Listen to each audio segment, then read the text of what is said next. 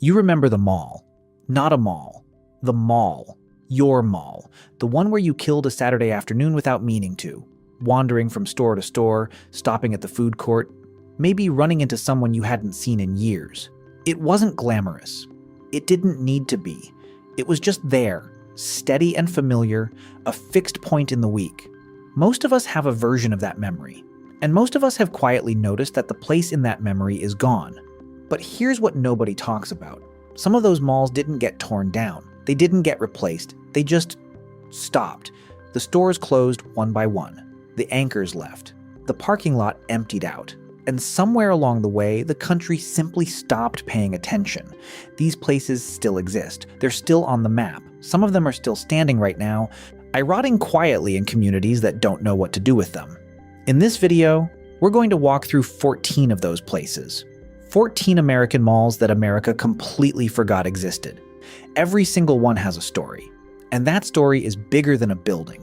Hit like and subscribe. We cover America's changing landscapes in more depth than anywhere else. The first mall on this list is Gwinnett Place Mall in Duluth, Georgia. And if the name rings a distant bell, that's already part of the story. You remember when Gwinnett County was one of the fastest growing places in the entire South. Families poured in through the 80s and 90s, and Gwinnett Place was their mall. It opened in 1984 with Rich's, Sears, and Davison's as anchors. The commercial heart of a county that couldn't stop growing. But Gwinnett kept growing right past it. Newer malls pulled the tenants away. The county's demographics shifted dramatically, and the tenant mix never shifted with them. By late 2024, the county government had purchased the former Macy's anchor for $16.5 million. By September 2025, they bought the former Sears site for another $11.5 million. The government now owns the mall. Not a developer. The government. County taxpayers are funding, piece by piece, the acquisition of a building that hasn't functioned as a shopping destination in years. What happens next? No one has committed to saying. The second mall is Stratford Square Mall in Bloomingdale, Illinois, a Chicago suburb in DuPage County that closed for good in April of 2024. You remember the Chicago suburban mall corridor from the 80s? There seemed to be one every few exits. Stratford Square was one of those. Over 150 stores, 5 anchor tenants at its peak. It was the kind of place where a Saturday afternoon could disappear without anyone noticing.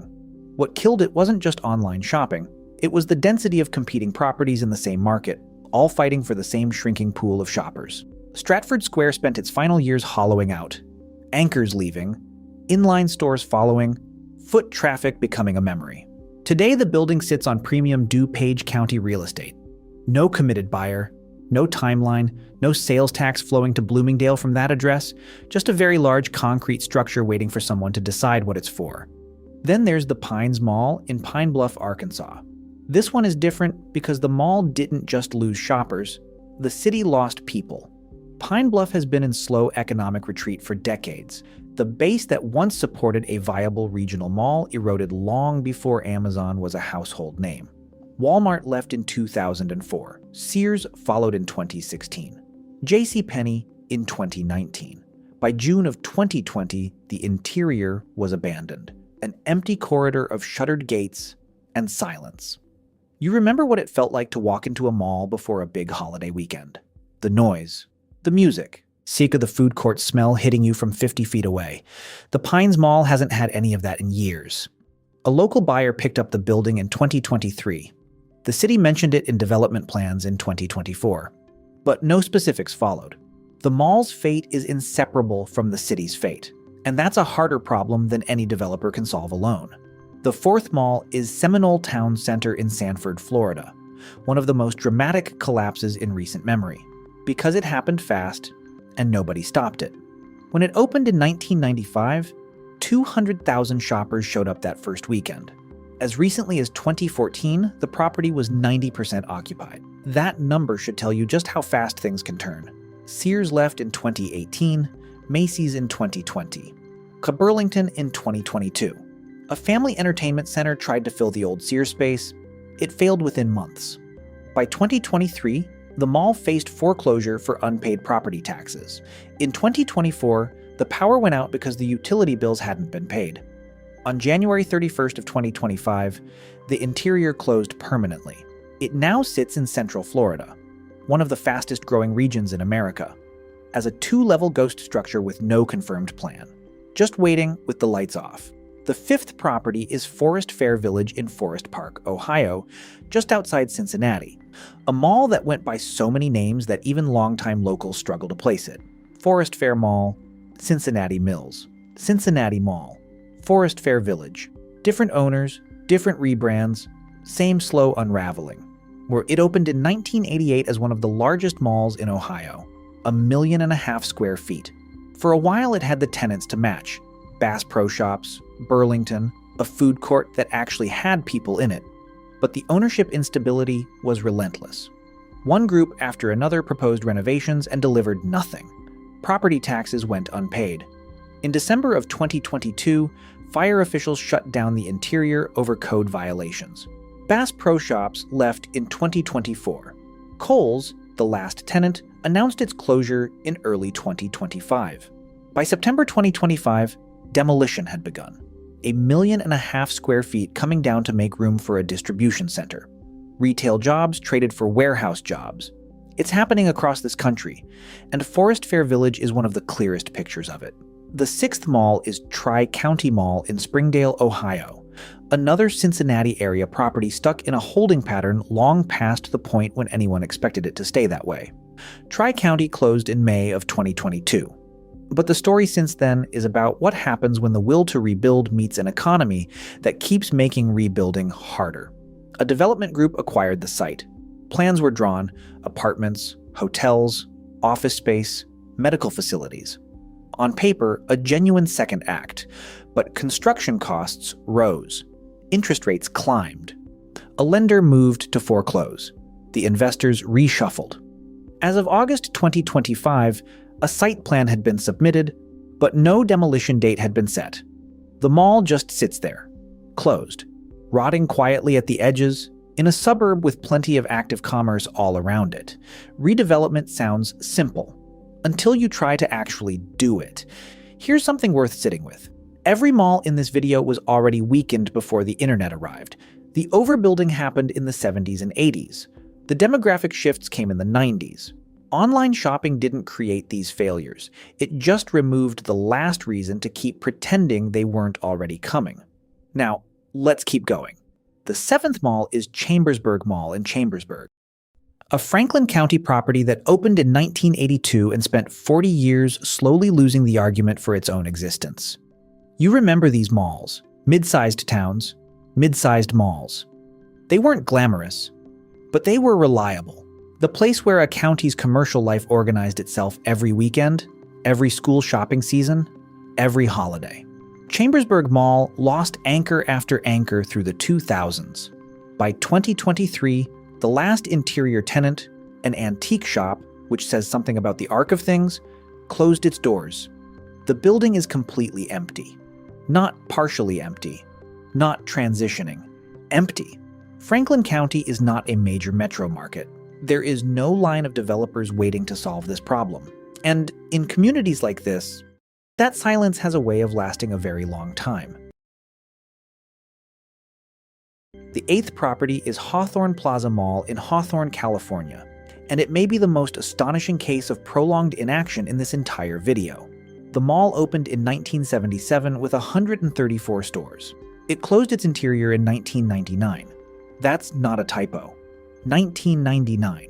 For more than 25 years, this structure has sat vacant in LA County while redevelopment proposals materialized and collapsed. You remember what that neighborhood felt like when the aerospace industry was thriving.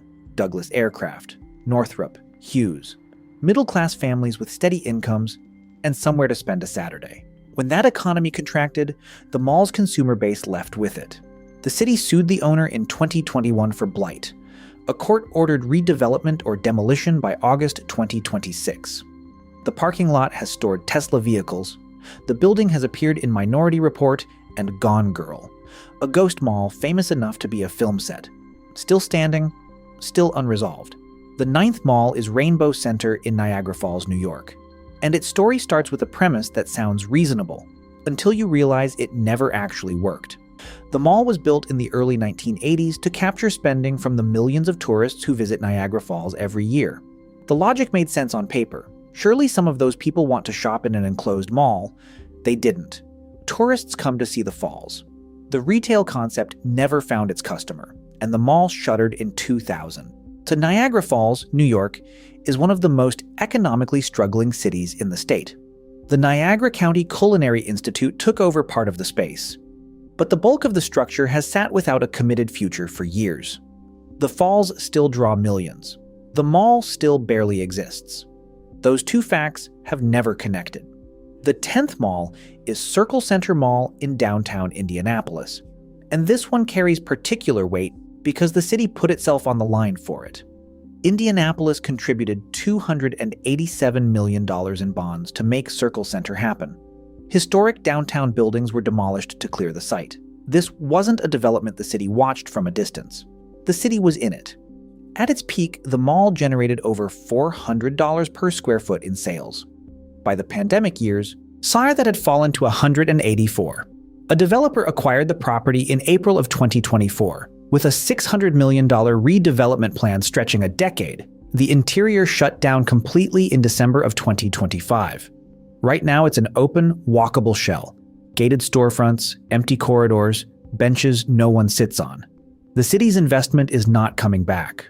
What comes next is the only question that matters. The 11th property is the Dayton Mall in Miami Township outside Miamisburg, Ohio, operating in some form since 1970. Which makes it one of the oldest properties on this list, but functioning is doing a lot of work in that sentence. When Sears and Bon-Ton both left in 2018, the mall entered receivership. 2 anchor closures at once triggered co-tenancy clauses, provisions that let smaller tenants reduce rent or walk entirely. The cascade that followed was swift. You remember when every regional mall had that unmistakable gravity? The Dayton Mall was that for Southwest Ohio for decades. Now a church, Crossroads, occupies 90,000 square feet of the former Sears building. Community-minded, devoted following, genuinely valued. But a church in a former Sears is an honest signal about where things stand. Vacant wings remain. The retail identity has not recovered. The 12th mall is Northridge Mall in Milwaukee, Wisconsin, and its story ends with something most of these properties never reach: an actual conclusion. Northridge spent years in suspended deterioration under a China-based ownership group that paid its obligations inconsistently and made no progress on redevelopment. The building decayed. The neighborhood around it, already one of Milwaukee's most economically challenged on the city's northwest side, absorbed the weight of a massive, visibly rotting anchor it couldn't use. Milwaukee acquired the 50-acre site through tax foreclosure in January of 2024. By fall of 2025, the structure was completely demolished using $15 million in federal recovery funding. The land is clear. That's more than many of these communities can say. But cleared land in an economically stressed neighborhood is not automatically a solution. It is a blank slate. And blank slates still require investment. The 13th mall is Regency Mall in Augusta, Georgia. When it opened in 1978, it was the largest mall in the entire state of Georgia. The largest, in a state that includes Atlanta. You remember what that meant in the South in the late 70s. A mall of that scale was regional infrastructure. People drove from counties away. By the 90s, Augusta's retail development had moved on. Newer corridors, newer formats. Regency couldn't compete. Crime perceptions eroded what loyalty remained. So the anchors left. The mall closed in 2002. Partial demolition followed eventually. The site lingered in ambiguity for years, a cleared footprint in a neighborhood that spent 2 decades watching its anchor disappear in slow motion. No sequel story, no committed redevelopment. Just a neighborhood that used to have the biggest mall in Georgia, and now has a memory of one. The 14th and final mall is Burlington Center Mall in Burlington, and Mount Holly Township, New Jersey. A South Jersey property that opened in 1982 and spent 36 years as the organizing anchor of a wide stretch of Burlington County. It's the kind of mall you drove past 100 times without thinking much about it. Not flashy, not famous, just reliably there, anchoring its stretch of highway, giving surrounding retailers a reason to exist, employing people who needed that kind of work. Anchor departures triggered the familiar cascade. The mall closed in 2018 and has since been demolished. What's left is a commercial corridor that built itself around the mall's traffic, now operating without the engine that made it viable. Burlington County's southern stretch hasn't attracted a comparable replacement. From Georgia to Illinois, from Arkansas to California, from Florida to New Jersey. 14 different malls, the same quiet erasure. It's easy to look at 14 forgotten buildings and see 14 separate stories. They're not. They're one story told in different accents across different parts of the country. Every mall in this video represented a meaningful share of its municipality's commercial tax base. Sales tax, property tax, employment tax from thousands of people who worked retail jobs that didn't require a college degree and paid decently enough to sustain a middle-class life. When those properties went dark, that revenue didn't disappear cleanly. It left a gap that cities filled by deferring road maintenance, trimming services, or quietly shifting the burden to residential taxpayers who never understood why their bills kept climbing. The workforce impact is harder to quantify, but no less real. A regional mall employed cashiers, stockroom workers, food court cooks, security guards, maintenance staff. Some of those jobs relocated. Most didn't. In Pine Bluff, in Niagara Falls, in Chambersburg, the replacement employment hasn't materialized. And then there's the gathering problem. You may not have thought of a mall as civic infrastructure, but for millions of Americans, older adults, teenagers, families without much public indoor space nearby, the mall was the third place. Not home, not work, somewhere in between, somewhere free to walk around in, somewhere to simply be among other people. That's gone now in these 14 communities, and nothing has replaced it. The honest answer to what comes next is, it depends almost entirely on where the mall is. In Duluth, Georgia, Gwinnett County has real institutional momentum. Government ownership, a transit-oriented redevelopment concept, grant funding from regional planning organizations. The outcome won't be a mall, but it may be something the community actually needs more. Transit infrastructure, public space designed for the population that's actually there now. That story still has a chance. In Indianapolis, a serious developer has made serious public commitments about Circle Center. $600 million over 10 years. City tax credits backing the plan. An open-air campus replacing the enclosed structure. It may take the better part of a decade, but there is at least a plan with a name attached to it. In Milwaukee, the land is cleared. The paralysis is over. Then there's Hawthorne. 25 years of inaction, a court order now pushing toward resolution by August 2026. Even with legal pressure, the gap between what it costs to build and what the market will support has never closed. And in Pine Bluff, in Niagara Falls, in Chambersburg, smaller cities with thinner markets and fewer tools, the path forward is genuinely unclear. Not because people don't want solutions, but because the same conditions that killed the malls also make it difficult to attract whatever comes next. The places that need the most help are the least likely to get it from private capital alone. That's not a prediction, it's a pattern. Some of these sites will become housing or transit hubs. A few will be demolished and left empty for years. Most will sit somewhere in between, not quite abandoned, not quite reborn, while the communities around them quietly carry the weight of something lost and not yet replaced. And most of America won't notice. That's what it means to be forgotten.